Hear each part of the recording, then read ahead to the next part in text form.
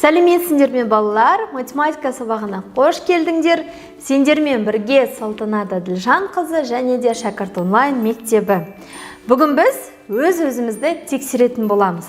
Сондықтан көп есептерді ауызша орындаймыз және де мен сендерге көмектесу барысында тек қана сызбасын көрсетем, ал әрі қарай шығаратын өздерің боласыңдар. Жарай ма? Бірінші тапсырмаға қарай ғой. Тәттілер сатып алғаннан кейін қайтаратын ақшаны есепте. Кәнекей, бірінші бағанға қарай ғой. Қанша теңге болыпты? 5000 теңге. Ал енді не сатып алыпты? 1000 теңгеден 3 вафли сатып алыпты. Ал енді неше теңге қайтаратынын қалай табасың? 5000-нан 1000 теңгені 3-ке көбейткендегі көбейтіндісін не істейсің? Азайтасың. Кәнекей, қанша шығады? 2000 шығады. Жарайсың. Ал енді келесі. Қанша теңге болыпты? Екінші бағанында 1000 теңге болыпты. Шоколад неше теңгеден екен және қаншауын сатып алыпты? Қарай ғой. 150 теңгеден 3 сатып алыпты. Ал кәнекей, 150-ді 3-ке көбейтіп, сол шыққан санды 1000-нан азайта ғой. Сол кезде неше шықты? 550 шықты ма? Жарайсың. Ал енді ең соңғысын қарай ғой. Қанша теңгесі болыпты? 2000 теңге. Енді тәтті торт неше және неше теңгеден сатып алыпты? 92 теңгеден 4 сатып алыпты. Ал кәнекей, қанша теңге қайтарыпты? Есепте ғой. Жарайсың. Ал енді келесі екінші тапсырмаға көшейік. Екінші тапсырмада бізде жиындар берілген. Кәнекей, мұқият қараймыз. Бірінші А жиынында 10, 20, 30, 40, 50 деген сан бар екен. Тура осылай жазамыз. А жиында 10, 20, 30, 40, 50 деген сандар бар екен. Ал енді В жиынын қарай ғой. 15, 25, 35, 45, 55 дейді. Тура осылай жазамыз В жиыны. 15, 25, 35, 45, 55. Не байқадың балалар? А жиыны бұл қандай сандар? 0-мен аяқталатын 2 таңбалы сандар. Ал енді мына В жиыны 5-пен аяқталатын 2 таңбалы сандар. Жарайсыңдар. Ал енді С жиынына қарай ғой. 10, 15, 20, 25, 30, 35, 40, 45, 50, 55. Не байқадың? С жиынында мына А жиыныңда және В жиыныңда элементтері кездесіп тұр. Яғни бұл не деген сөз? Мына С жиынның элементтері, мына ішкі жиыны ол А және В жиыны екені белгілі болды. Не деп жазамыз? А жиыны С жиынның ішкі элементі және де В жиыны да С жиынның ішкі элементі екенін білдік. Ал жарайсың. Келесі үшінші тапсырмаға көшейік. Үшінші тапсырмада былай берілген есепті шығару керек.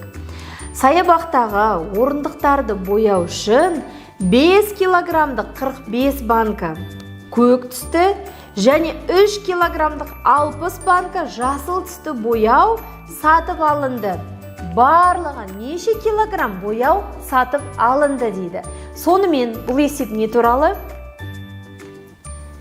Саябақтағы мына орындықтарды бояу үшін қандай бояу сатып алынған туралы? Көк және де жасыл. Тура осылай жазамыз. Көк, жасыл. Ал енді мына көк деген сөзінің қасындағы сандарға мән бере ғой. 5 килограмдық 45 банка.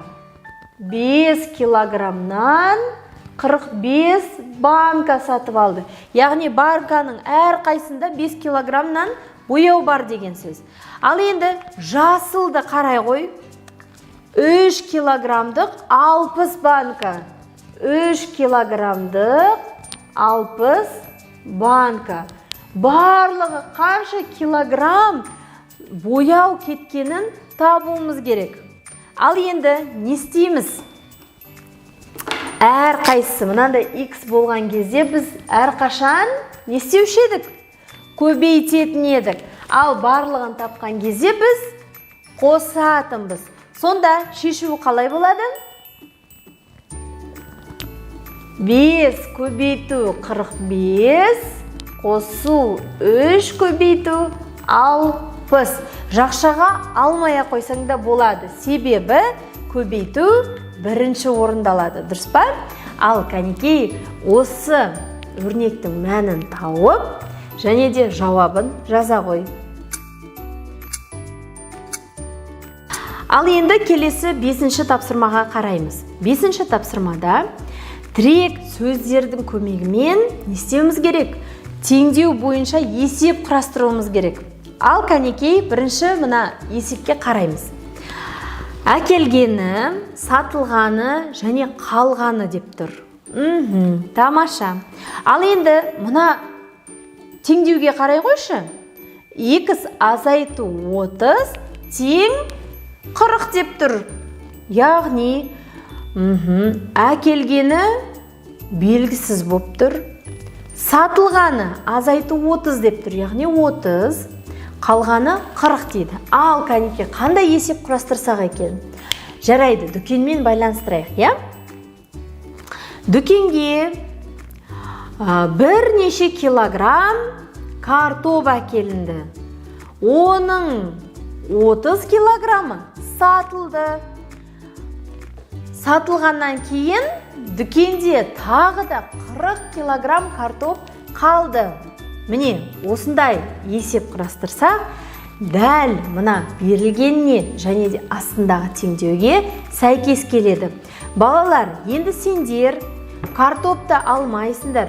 Одан басқа бір өздерің қалаған нәрсемен есеп құрастырып, соның соңына дейін шығарасыңдар. Жарай ма? Соңғы 6-шы тапсырма. Анасы 12 литр айран сатып алды.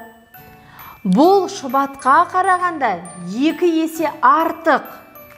Анасы барлығы неше литр сүт өнімін сатып алды дейді. Яғни анасы қандай сүт өнімдерін сатып алыпты? Айран және де шұбат. Кәнекей, не істейміз? Жазамыз. Айран, шұбат. Ал енді айран деген сөздің қасындағы санға мән бере қой. Айран қанша литр екен? 12 литр. Және де бұл дейді. Шұбатқа қарағанда не дейді? 2 есе артық. Және де бізге анасының барлығы қанша литр сүт өнімін сатып алғанын табу керек. Ал кәнекей шешуі, бұл деген кезде не істеуші едік? Бөлеміз, я? Бірінші 12 қосу 12 бөлу 2. Міне, мен тақтада жазғандай, осындай өрнекті қолданып, осы есептің мәнін табасың. Мәнін тауып, шешуін, жауабын толығымен жаза қой. Ал енді сонымен бүгінгі сабақ аяқталды. Жалпы осы берілген есептерді сен қаншалықты деңгейде шығара аласың?